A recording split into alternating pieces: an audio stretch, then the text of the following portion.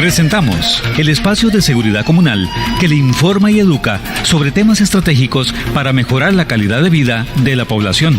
Policía en su casa. Prevenir la criminalidad, asegurar su convivencia pacífica y erradicar la violencia. Policía en su casa.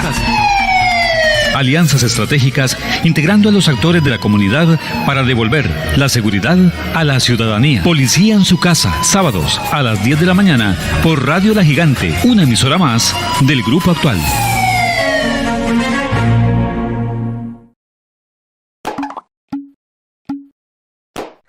Muy buenos días. Su programa Policía en su casa está a punto de iniciar. Transmitimos desde Barrio Aranjuez, San José, Costa Rica, por 800 La Gigante del Grupo Actual y por 107.1 FM. También puedes seguirnos a través de la aplicación TuneIn y por las redes sociales, el Facebook del Ministerio de Seguridad Pública y Radio La Gigante. Bienvenidos. Muy buenos días, ¿cómo están todos? Un gusto saludarles nuevamente, un sábado más que llegamos a sus hogares por medio de 800, la radio, La Gigante, 800 AM. Un gusto que nos acompañen por este medio y también por Facebook Live y YouTube, los diferentes canales que tenemos, ¿verdad? Para lograr llegar ya sea a sus hogares, a sus lugares de trabajo. También si nos acompañan ahí mientras van manejando, ahí nos van escuchando. Y realmente, como siempre lo hemos repetido, son temas de importancia para la ciudadanía. Pues el pasado mes de septiembre celebramos un año más de independencia, lo cual es muy importante para todos nosotros. Los derechos de los cuales disfrutamos también conllevan deberes y eso también es muy importante tenerlo en cuenta.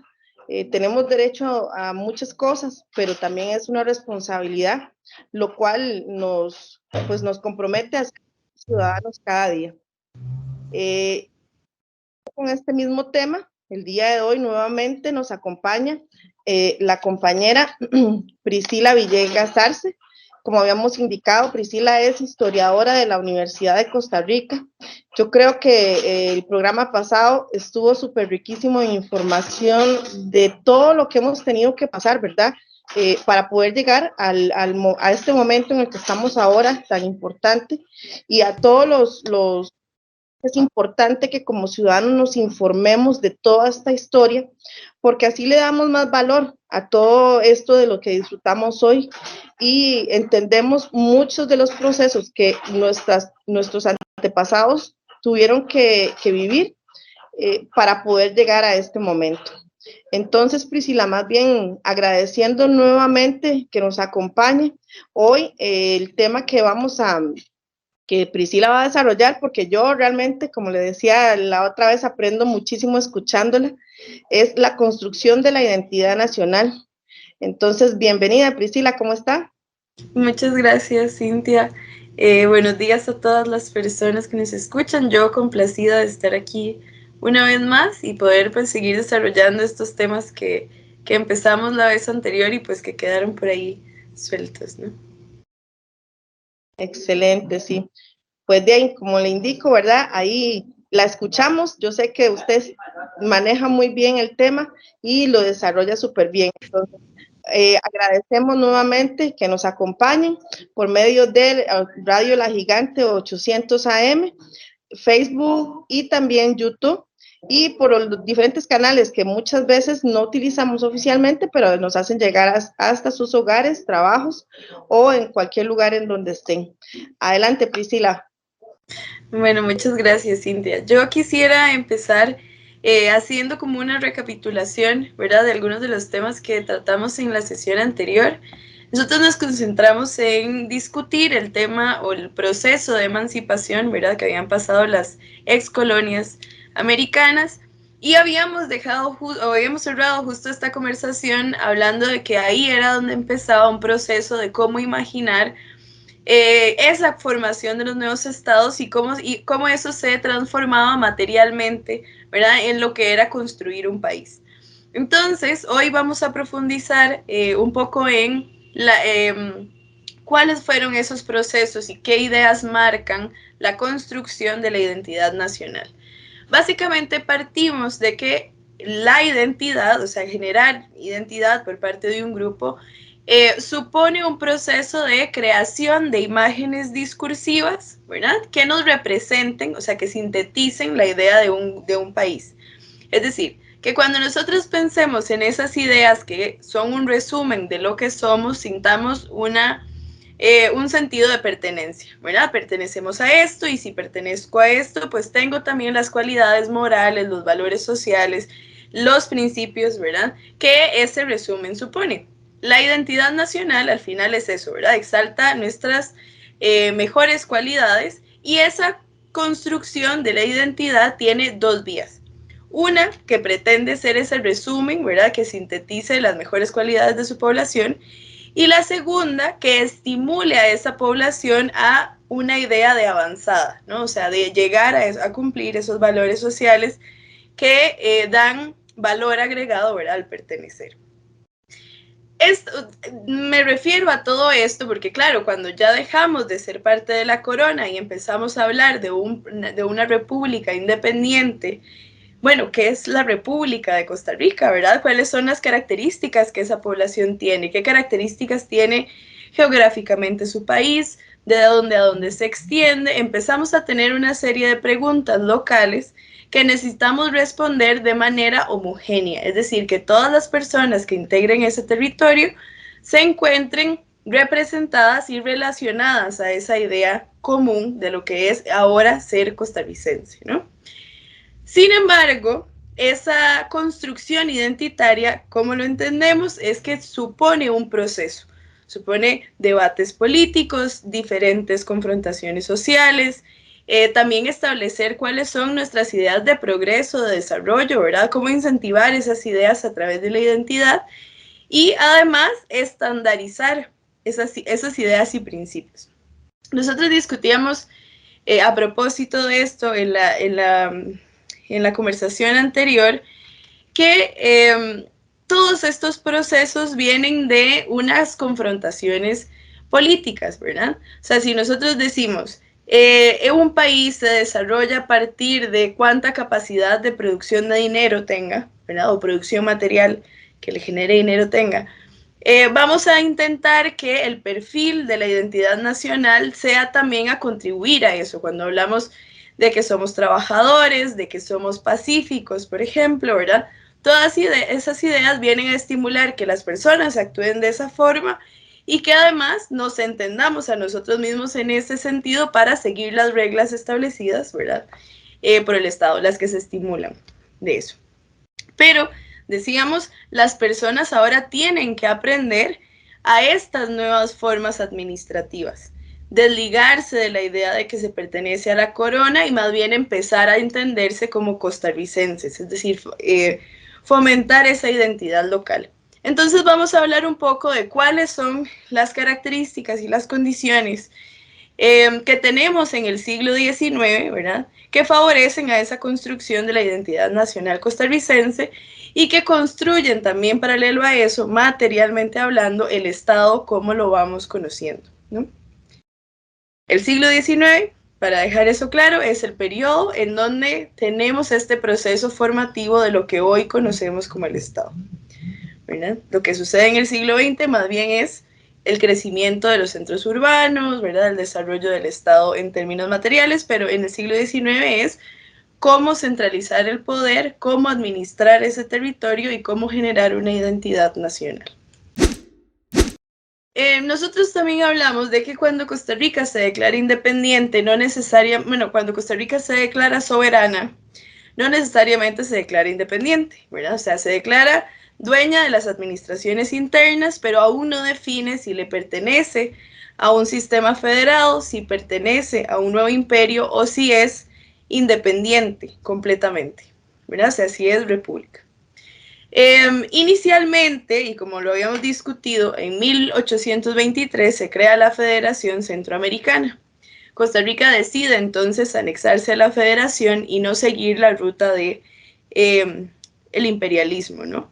¿Cómo toma esa decisión? Bueno, justamente a la luz de las ideas ilustradas sobre la igualdad ante la ley, ¿verdad? Sobre la búsqueda de la fraternidad y la libertad, ¿no? Es mejor partir de que hay un sistema federado donde existe representación de cada uno de los territorios que participan que estar bajo el dominio directo de un imperio, ¿no? Esa era la lógica del momento. ¿Cómo se empieza a construir la Federación Centroamericana? Bueno, justamente ubicando o entrando en una discusión sobre cuál iba a ser el centro federativo, ¿verdad? Que justamente Guatemala iba a pelear por haber sido ya, o por tener ya una trayectoria administrativa para con la región. No todas las personas en Costa Rica, o sea, todos los tomadores de poder, estaban de acuerdo con la participación federativa, ¿verdad? Ya habíamos hablado de que existían los republicanos que abogaban justamente por la idea de que Costa Rica en realidad se construyera como una república. Sin embargo, los defensores de la federación, de participar de la Federación Centroamericana, a lo que hacían alusión era que era un mal necesario, o sea, la federación era considerada como un mal necesario. ¿Qué quiere decir eso? Que no necesariamente querían aspirar a estar de manera federada dentro de los territorios, pero que por la dimensión, ¿verdad?, de Costa Rica, por la poca capacidad productiva que tenía para el momento, era necesario establecerse de manera federada para poder financiarse.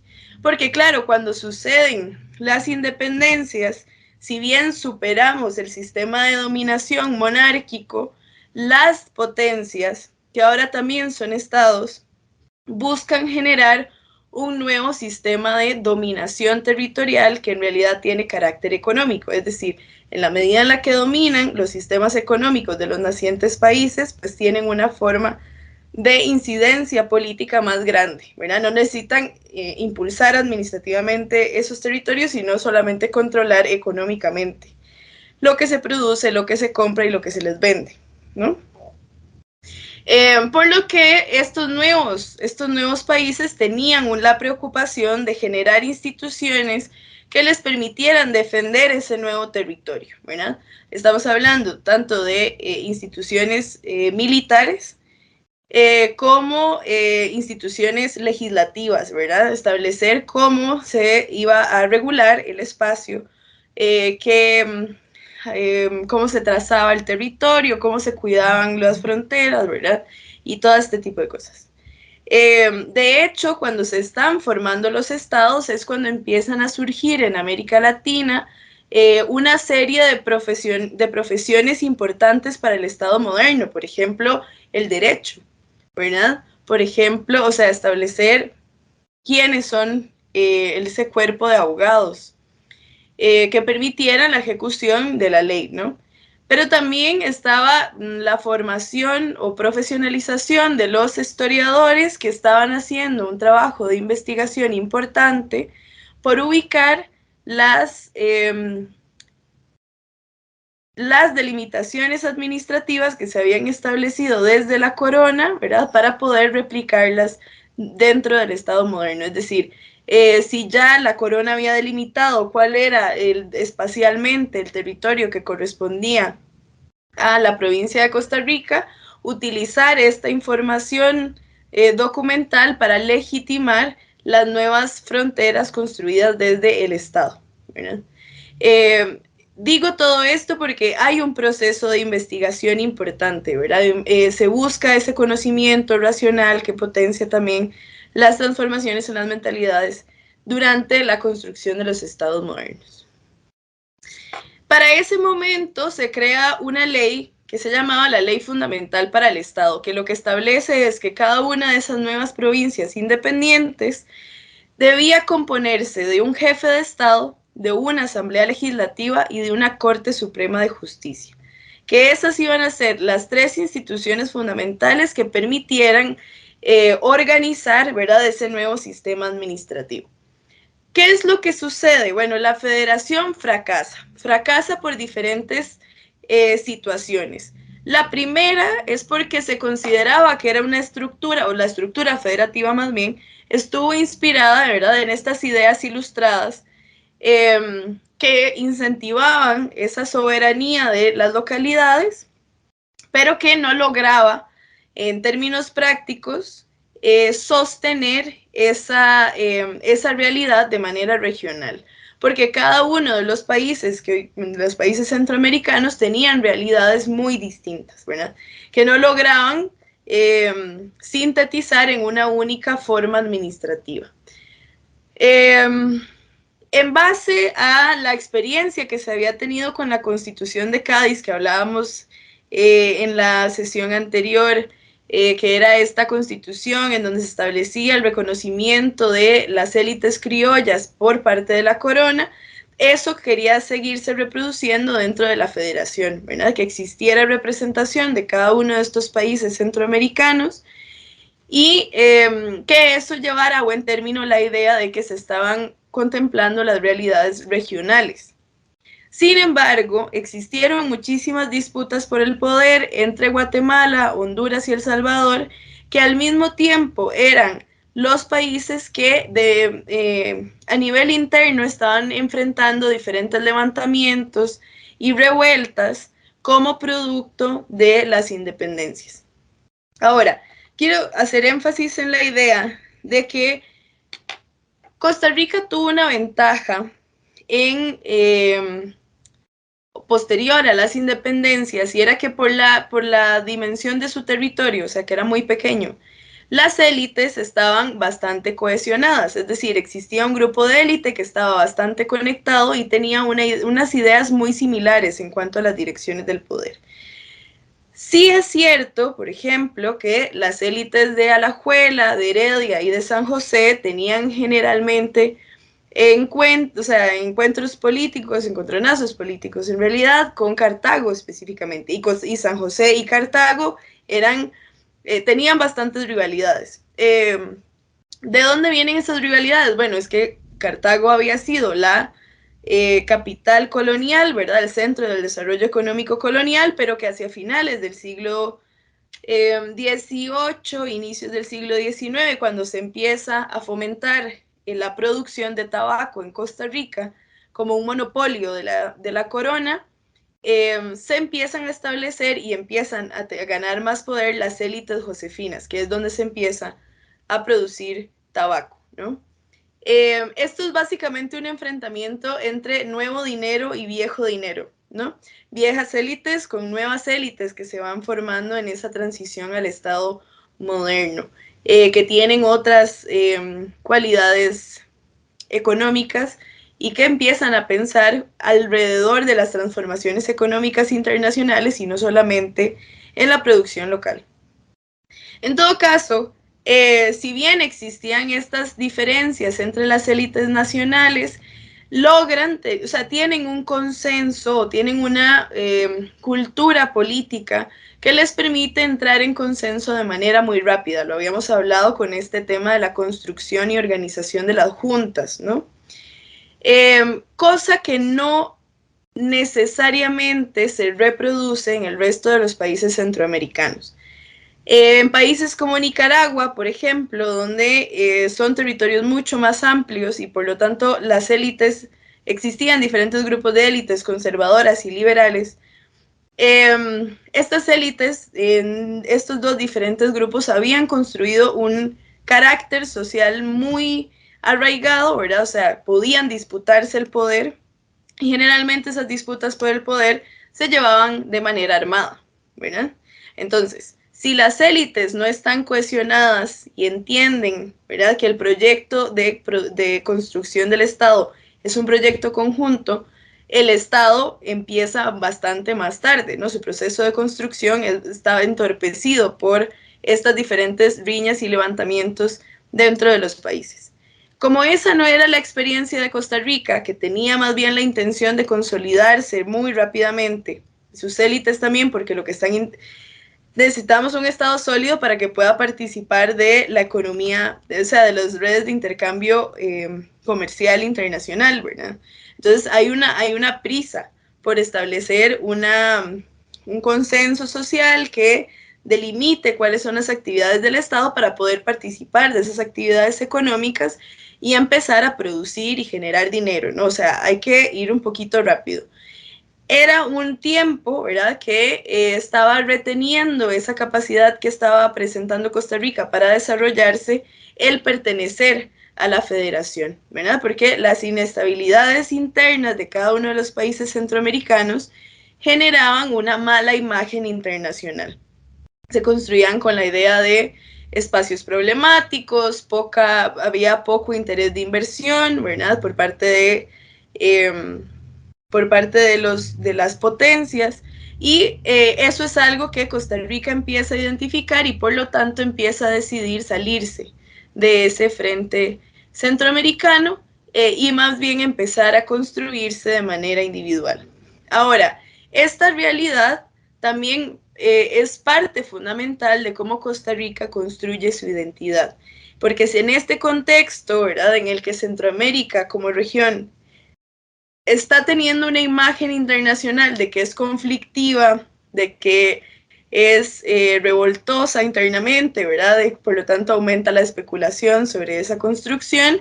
Costa Rica va a tomar la decisión de construir su identidad frente al otro centroamericano, ¿verdad? Alejarse de lo que significaba en su contexto pertenecer a Centroamérica para favorecer y estimular que las potencias quisieran crear acuerdos económicos con el país. Costa Rica entonces llega a reclamar su autonomía política y religiosa, ¿verdad? Se desliga de la Federación Centroamericana y empieza a construir una idea de comunidad política, ¿verdad? Esa idea de comunidad política local empieza a tener estas confrontaciones, ¿verdad?, dicotómicas que mencionábamos. Entonces, empieza a haber una comparación de la sociedad independiente en contraposición con la sociedad colonial, ¿verdad? Primero tenemos que alejarnos de ese hecho histórico. Entonces, ¿qué es lo que sucede? ¿Qué es lo que hacen? Es que en el periodo colonial eran atrasados, ¿verdad?, eran violentos, hacer toda una idea negativa, ¿verdad?, sobre el pasado, para legitimar estas nuevas formas administrativas. Si es verdad o es mentira, ahí más bien podríamos ir a qué conocemos sobre eso, ¿verdad? Pero es la estrategia que utilizan. Construirme a partir del otro, alejarme de lo que fue para decir yo soy esta nueva cosa, ¿no? Y además hacer esta construcción de la imagen frente al otro, ¿verdad? Si lo que estaba pasando en Centroamérica era violencia política, ¿verdad?, dentro de la federación, entonces Costa Rica decir, nosotros nos salimos porque somos un país pacífico, ¿verdad? Nosotros empezamos a seguir el camino de la luz que supone el Estado liberal, ¿verdad?, en contraposición a la época de oscuridad que supuso el periodo colonial, ¿verdad? Entonces empezar a hacer estos contrastes para estimular esas nuevas ideas sobre el Estado. Costa Rica desde muy temprano utilizó el discurso de la educación como parte fundamental para la construcción de los cuadros de poder y para la formación de de grupos sociales, ¿verdad?, o de una sociedad civil que fuera consciente y crítica, ¿verdad? Entonces la idea era expandir lo más que se pudiera la educación a fin de tener personas ilustradas. Y además se empieza a promover, ¿verdad?, la difusión de la prensa como parte de la construcción de la opinión pública. Y eso es muy interesante porque una parte fundamental de las ideas que se estimulan con la Revolución Francesa es que el espacio público debe ser un espacio de debate. Eso no podía existir durante las monarquías porque no existía aquella cosa como libertad de pensamiento, ¿verdad? Uno tenía que estar a favor de la corona o podía ser perseguido por la corona. Sin embargo, entonces lo que se estimula con la Revolución Francesa es que el espacio público sea un espacio de diálogo, de reflexión, de filosofar sobre las realidades, ¿verdad? Y crear puntos de opinión crítica para que la política, entendiéndola como concepto, fuera íntegra, ¿no? Velara por esa realidad. Entonces Costa Rica empieza a utilizar la prensa como parte de esa construcción de la opinión pública. Es decir, Costa Rica empieza a perfilarse bajo un modelo de Estado que es ya de por sí, que tiene un corte liberal en el sentido de que está promocionando la educación, estableciendo estas formas rigurosas, pero que en realidad las normas, así como formalmente liberales, llegarán hasta la década de los 80 de ese siglo XIX. En todo caso, quiero tal vez aprovechar para leer un pequeñísimo extracto de uno de los primeros presidentes de la Federación Centroamericana que hacen referencia a Costa Rica como provincia en relación al resto de Centroamérica, que también nos ayuda a entender por qué la identidad costarricense se ha formado de estos parámetros, ¿verdad?, de pacificidad, de democracia, ¿verdad?, etcétera. En todo caso, en 1830, este presidente dice: Costa Rica, que cuerdamente se ha eximido todo lo posible de los males de la revolución y que se encuentra sin el oprobio de los bienes que han acogido los jefes revolucionarios, es la porción de Centroamérica que en mi concepto merece los encomios que siempre acompañarán a los pueblos virtuosos, ¿verdad? Entonces es muy interesante porque en realidad desde ese siglo XIX Costa Rica como provincia se perfila como un país que tiene esa capacidad formativa, ¿verdad?, de un Estado prominente, ¿verdad?, de un Estado que mantiene el orden de la población, que gestiona un proyecto común, ¿verdad?, para la construcción de esos países. Y bueno, justamente Costa Rica se toma de estas ideas para posicionarse también a nivel internacional. O sea, que esa idea que se tenía de Costa Rica es también una de las cosas que le favorecen, ¿verdad?, para que otros países quieran comerciar con ellos y por lo tanto estimulen económicamente el país. Ahora, la identidad se construye de manera paralela y en conjunto con la construcción del Estado también. Es decir, ocupamos que la identidad legitime ese proceso más práctico de cómo se está construyendo el Estado.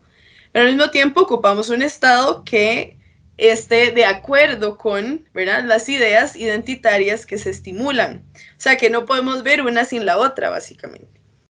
Ahí es cuando aparecen algunos de los personajes más importantes y que hemos escuchado muchísimo, ¿verdad?, dentro de nuestra historia nacional, que empiezan a hacer procesos para centralizar el Estado, fortalecerlo. O sea, ya Costa Rica sale de la Federación Centroamericana en 1838 más o menos, la federación deja de existir en el 39 y a partir de ese momento entramos en un segundo proceso creativo, ¿verdad?, de cómo establecer a esa Costa Rica independiente. ¿Qué significa que ya no sea federada? ¿Cómo hacemos para estimular esa idea del nosotros, ¿verdad?, frente a los otros? Una de las figuras más importantes y en realidad la figura política que se considera como uno de los principales arquitectos del Estado fue Braulio Carrillo, ¿verdad? Él en realidad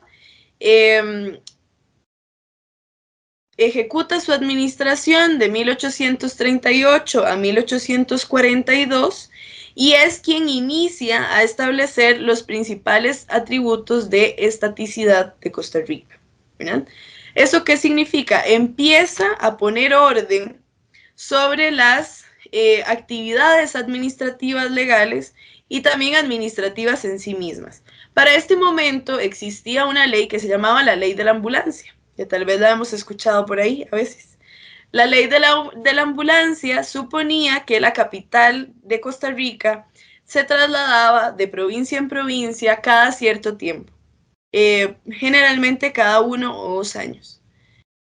Esto en realidad era tremendamente entorpecedor para los procesos administrativos, porque suponía, ¿verdad?, que toda la información administrativa, hablamos de papeleos, hablamos de funcionarios, cambiaba cada 2 años. ¿verdad? Había que transportar la información, había que volver a capacitar ese personal, se estaban terminando de organizar y establecer y ya había que volverse a pasar, ¿verdad?, a otra capital. Eso realmente, como decían, ¿perdón? Todo un atraso. Exacto, ¿verdad? Entonces, claro, porque en realidad me encanta este ejemplo porque justamente lo que vemos es que Braulio Carrillo identifica estos pequeños atrasos, ¿verdad?, entorpecedores de ese proceso que no iban a permitir que el Estado se estableciera, ¿verdad?, como lo conocemos, es decir, que fuera más grande, que creara nuevas instituciones, que tuviera un mejor y mayor control de las actividades productivas, comerciales, ¿verdad?, habitacionales, etcétera, etcétera. Si la idea que se tiene durante la formación del Estado es que hay que llevar el progreso, que se traduce en infraestructuras también, ¿verdad? Que el ferrocarril, que alumbrados, ¿verdad? O sea, todos esos elementos que conocemos como parte de la vida urbana. Y el progreso, hablando de, bueno, esa parte de la modernización de los transportes, ¿verdad?, del consumo, etcétera. Y el progreso de las ciudades teniendo grandes profesionales, gran capacidad adquisitiva, etcétera, etcétera. Entonces también entendemos que ocupamos un Estado, ¿verdad?, fuerte, organizado, que permita o que administre de manera correcta y eficiente esas actividades para llegar a ese objetivo. Braulio Carrillo es este primer jefe de Estado que se centra, o sea, que básicamente su proyecto político es ese, ¿verdad? Es interesante porque Braulio Carrillo llega a través de un golpe de Estado que da en 1835, apoyado por las élites josefinas. Las disputas que decíamos, ¿verdad?, que tenían las élites josefinas frente a las élites de Cartago. ¿Por qué las élites josefinas? Las élites josefinas tenían la experiencia del final de la colonia de estar en la producción de tabaco. La producción de tabaco permitía mucho más tránsito económico que, por ejemplo, la producción de tubérculos, que en realidad satisfacía más la producción local. Esa producción de tabaco estaba más pensada para la exportación intercolonial, que habíamos hablado la vez anterior, y en todo caso con la corona española, ¿no? Esas élites entonces son, si quisiéramos ponerlo de manera análoga, ¿verdad?, la burguesía de Costa Rica en ese momento, y Cartago un poco la aristocracia, si lo viéramos en los términos de la Revolución Francesa, ¿verdad? Esa élite josefina entonces quiere estimular una forma de Estado, ¿verdad? Estos son los que tienen el dinero, los que están directamente conectados con la producción.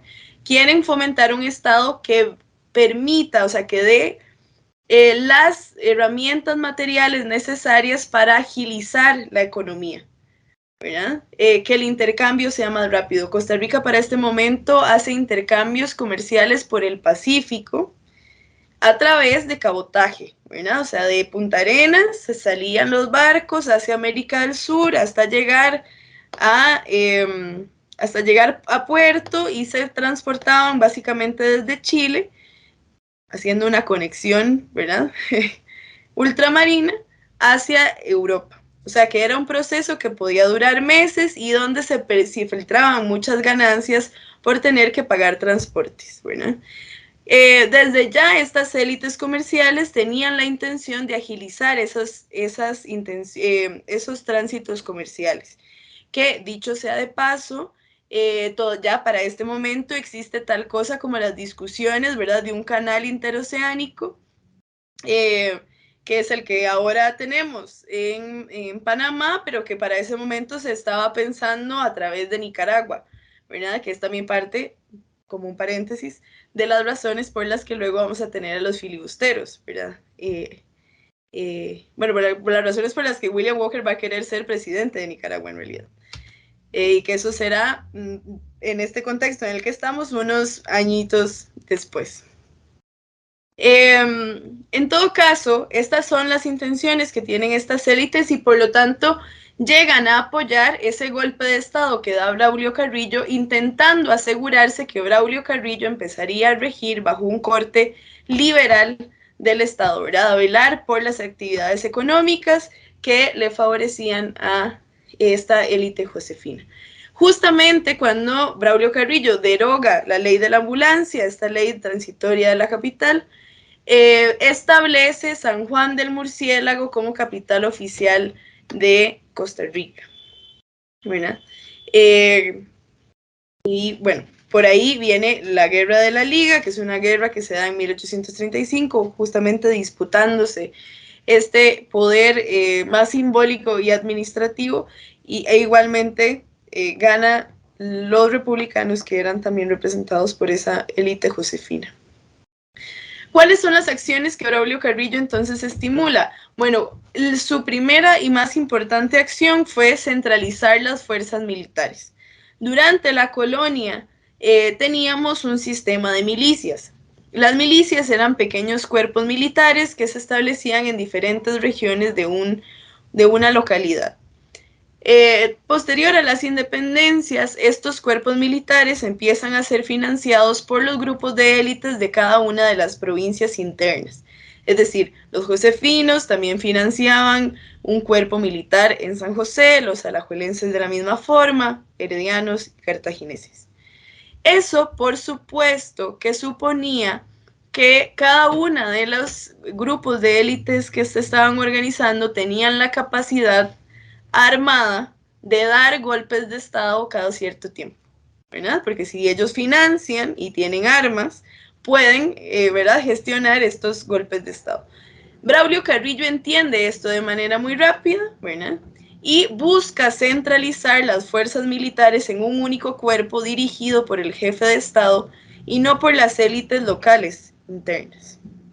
Y lo que hace es, bueno, otorgar una ley constitucional del ejército, aumenta el número de efectivos, ¿verdad? Aumenta los salarios también, que era una forma de decirles, esta es una forma de que se genere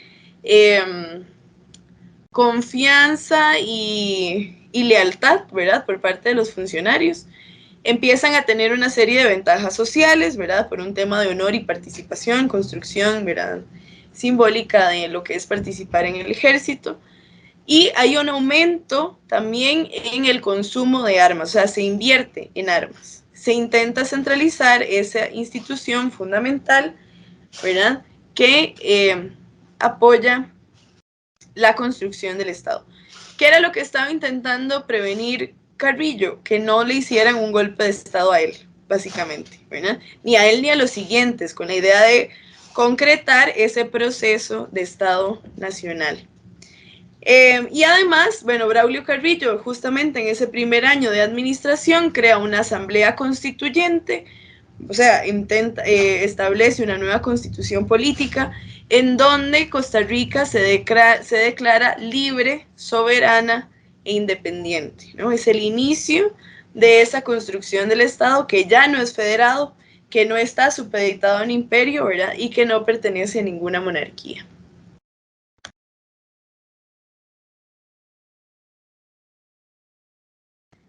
Sin embargo, la historia no acaba ahí, ¿verdad? En realidad, Braulio Carrillo, después de haber establecido todo este proceso de creación del Estado, recibe un golpe de Estado por la invasión de Francisco Morazán en Costa Rica, ¿verdad? Esto tiene dos partes fundamentales. La primera parte es esta que nos indica cuál es esta disputa por el poder político, y la segunda parte que es cómo Costa Rica debe luchar por limpiar su imagen internacional posterior al fusilamiento de Morazán. Voy paso por paso entonces, ¿verdad? Francisco Morazán da un golpe de Estado a Braulio Carrillo en 1842.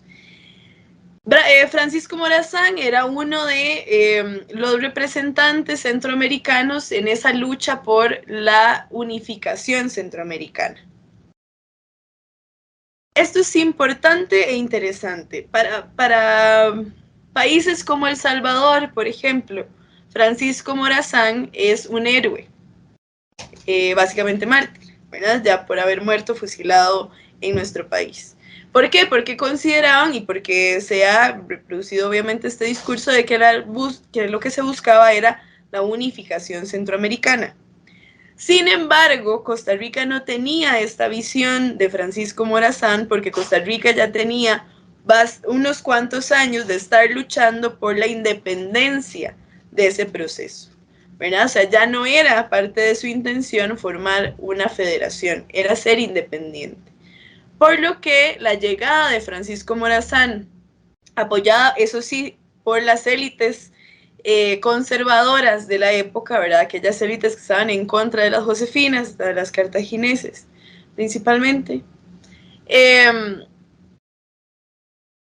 O sea, Costa Rica ve la llegada de Francisco Morazán como un atentado a su lucha por la libertad, ¿verdad? Es básicamente una segunda vez que deben luchar por esa soberanía, independencia y libertad.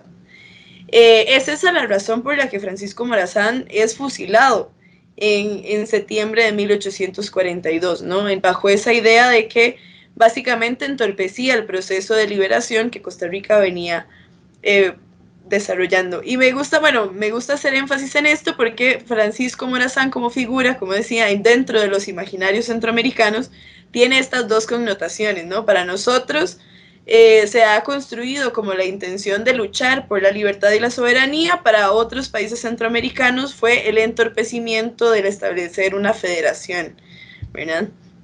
Entonces, bueno, justamente porque la historia también se lee desde diferentes lugares y eso es importante saberlo.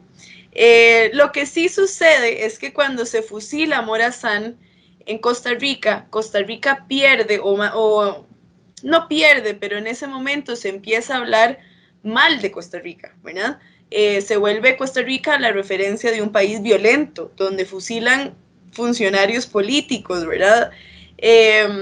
Entonces, claro, Costa Rica tiene que empezar, eso por supuesto que no queda nada bien para las relaciones internacionales, y tiene que empezar a limpiar su imagen con esta misma generación de discursos y de fiestas cívicas, ¿no?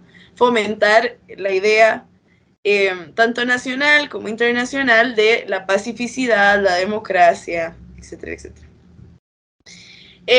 Básicamente Costa Rica empieza a estimular mucho más fuertemente la imagen de paz, de serenidad ante el actuar político, ¿verdad? Y a una recurrencia hacia la conciliación después de un enfrentamiento. Esos eran los tres pilares que Costa Rica intentaba fomentar, ¿verdad? Somos pacíficos, somos serenos y además preferimos conciliar que enfrentarnos, ¿verdad? Cosa que pues ya vimos que en la práctica no necesariamente es así, pero que si nosotros nos ponemos a pensar cómo concebimos actualmente nosotros la política, va un poco fundamentada en esos tres principios, ¿verdad? Esta idea del diálogo, esta idea de resolverlo por otros medios más institucionalizados, etcétera, etcétera.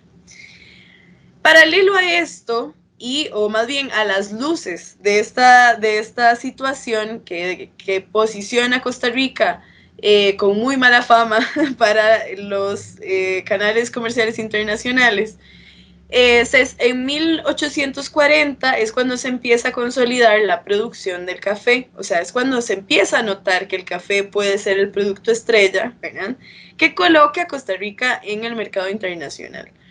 Eso también, lo que sucede es que Costa Rica tiene que luchar todavía más por limpiar esa imagen porque le interesa posicionar un producto a nivel internacional y que por lo tanto debe velar por tener esa buena imagen para que las potencias quieran comerciar con él, ¿verdad? Básicamente entonces Costa Rica va a establecer una identidad que se centra en ser pacífica, blanca y de propietarios, ¿verdad? Propietarios por la producción, blanca porque tenía esta connotación también racial que habíamos hablado la vez anterior, ¿verdad? De cómo la blanquitud está simbólicamente relacionada a niveles intelectuales más desarrollados, ¿verdad? Para la época, y que eso obviamente era algo que se buscaba para los comercios. Posterior a esto, y dos figuras que se vuelven importantísimas en la construcción, ¿verdad? De esta identidad, va a estar José María Castro Madriz, que en realidad él gobierna de 1847 a 1949. Él se centra en consolidar los reconocimientos internacionales de Costa Rica. Hace un decreto en 1848 de fiesta nacional, entonces a partir de ese momento cada 15 de septiembre debía celebrarse la independencia nacional. Y eso es también una forma de estimular esa creación de la identidad, ¿verdad? Las fiestas cívicas vienen a sustituir las prácticas coloniales de hacer fiestas religiosas, ¿verdad? Que duraban semanas. Entonces la intención era que ahora, en vez de haber únicamente fiestas religiosas, existieran fiestas nacionales en donde lo que se exaltaba era ese valor cívico, ¿verdad? Y justamente con José María Castro Madriz es cuando se establece la imagen nacional concreta de la bandera, el escudo y la moneda nacional, ¿verdad? Que son estos tres factores fundamentales para construirnos como país. Es básicamente estos elementos que permiten y potencian la identificación de Costa Rica frente al resto de las naciones, ¿verdad?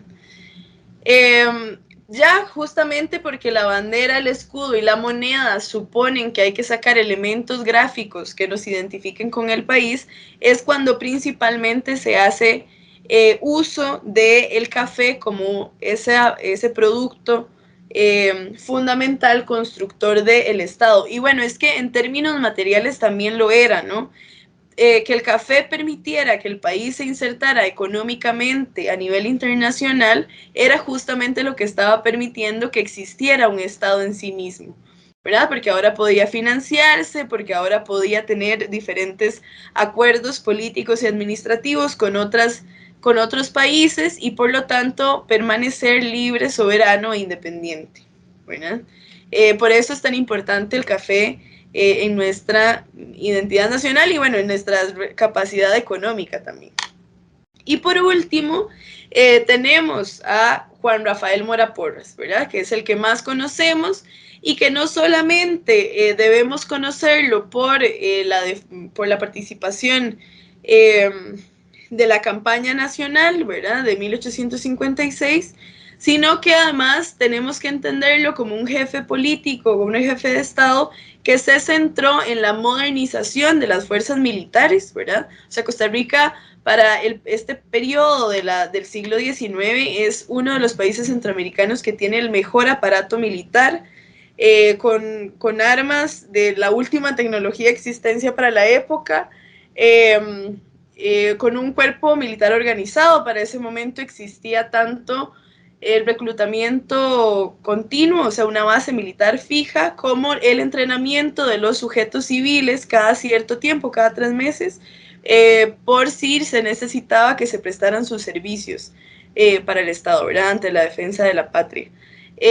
Justamente esa modernización de la fuerza militar es lo que hace que Costa Rica tenga aumentos de inversión en instituciones y eso obviamente va haciendo que el Estado cada vez sea más grande, más fuerte, más sólido para atender esas necesidades que se presentan, ¿no? Crea el cuartel de artillería y pone el poder ejecutivo como superior al resto de poderes que se venían estableciendo, ¿verdad? Tanto la Asamblea Legislativa como la Corte Suprema de Justicia.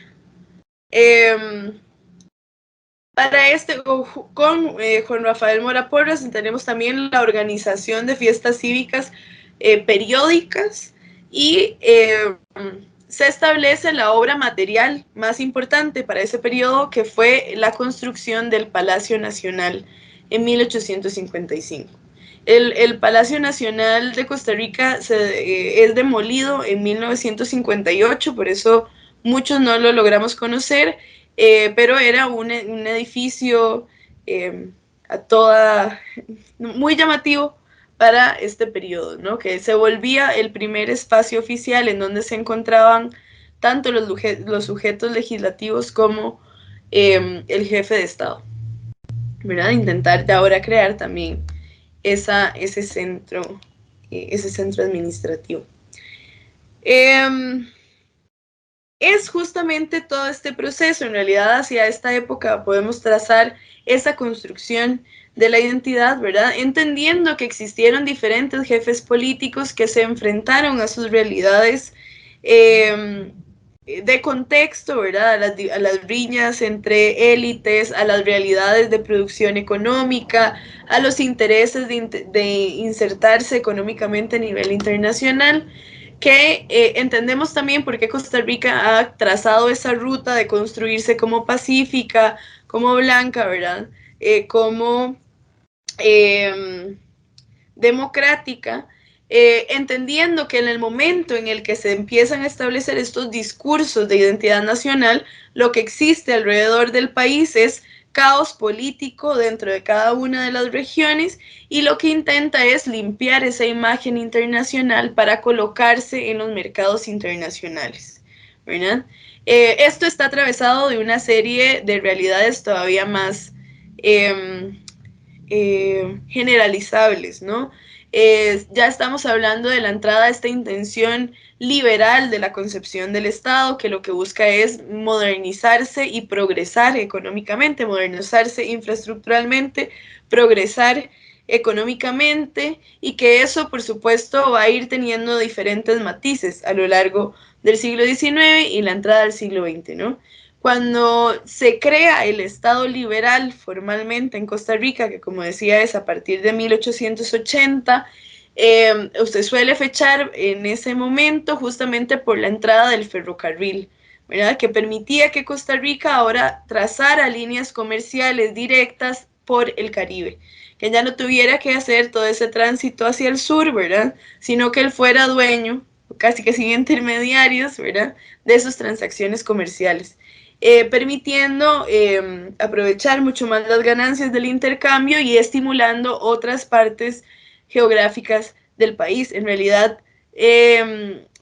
la zona de Limón, ¿verdad? Toda esta línea hacia el Caribe, fue también uno de los centros urbanos más desarrollados que tuvo el país en el siglo XX, ¿verdad? O sea, hubo todo un estímulo infraestructural, hubo estímulos comerciales locales, ¿verdad? Para las personas que habitaban el Caribe y trabajaban en la bananera, y todo eso pues ya van a ser otras formas de representación de lo que fue el Estado económicamente hacia el siglo XX.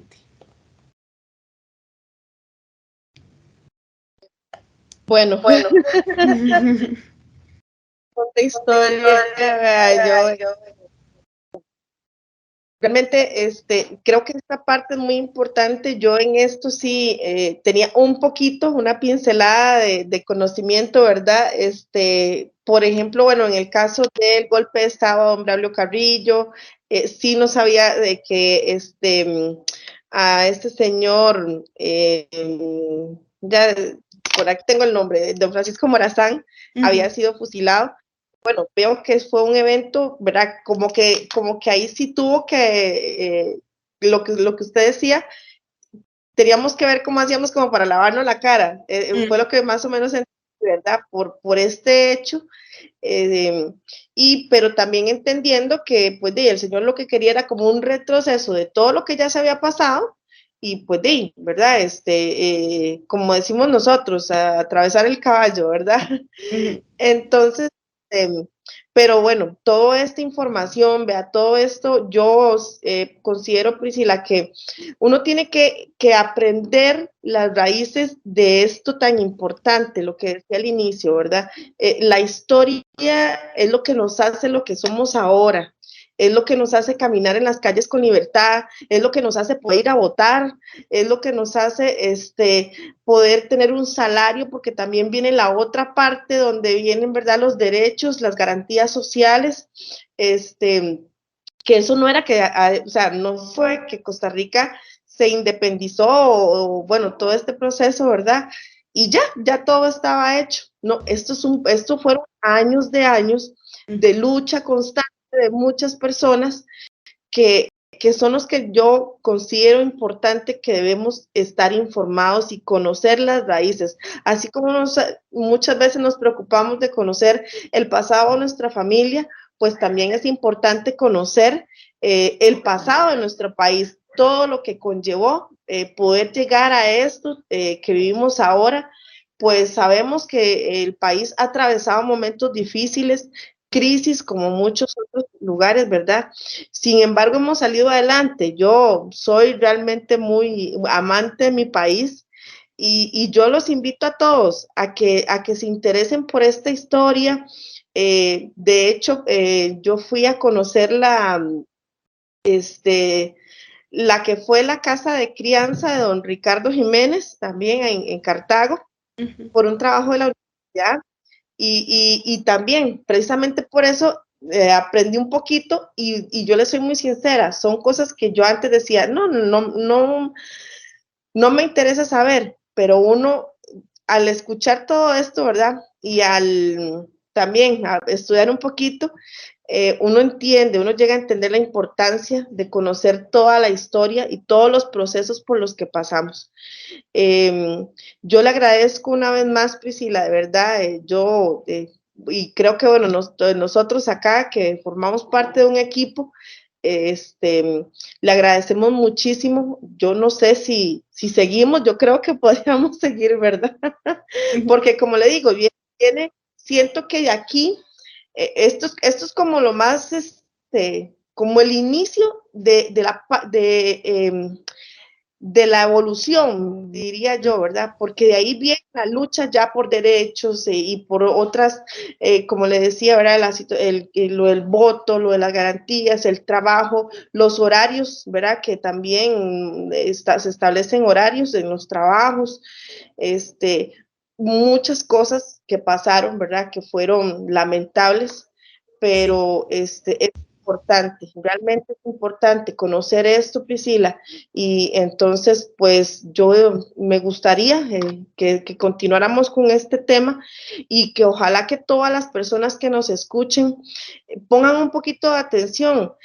A veces uno escucha nada más, pero digamos, bueno, en el caso mío yo tomo los años, porque considero que son años importantes que marcaron la diferencia en todo este proceso.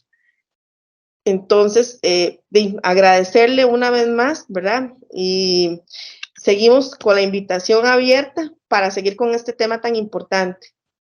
Claro. Muchísimas gracias por el espacio y yo encantada de participar. Excelente. Bueno, pero entonces, lastimosamente, ¿verdad? Tenemos que llegar al fin. A veces yo creo que en este caso sí, yo decía, yo me voy apuntando todo, ¿verdad? Y que hay una persona que también está ahí tomando nota de todos estos eventos tan importantes.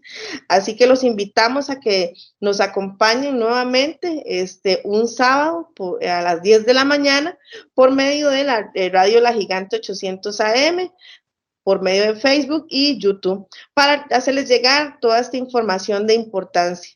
Recuerden que es el Policía en su casa y que estamos para servirles y para llevarles las comunicaciones importantes para la ciudadanía. Que tengan un excelente día. Gracias por acompañarnos. Hasta el próximo espacio de Policía en su casa. Los sábados a las 10 de la mañana, el espacio de seguridad comunal que le informa y educa sobre temas estratégicos para mejorar la calidad de vida de la población. Policía en su casa. Prevenir la criminalidad, asegurar su convivencia pacífica y erradicar la violencia. Policía en su casa. Alianzas estratégicas integrando a los actores de la comunidad para devolver la seguridad a la ciudadanía. Policía en su casa, sábados a las 10 de la mañana por Radio La Gigante, una emisora más del Grupo Actual.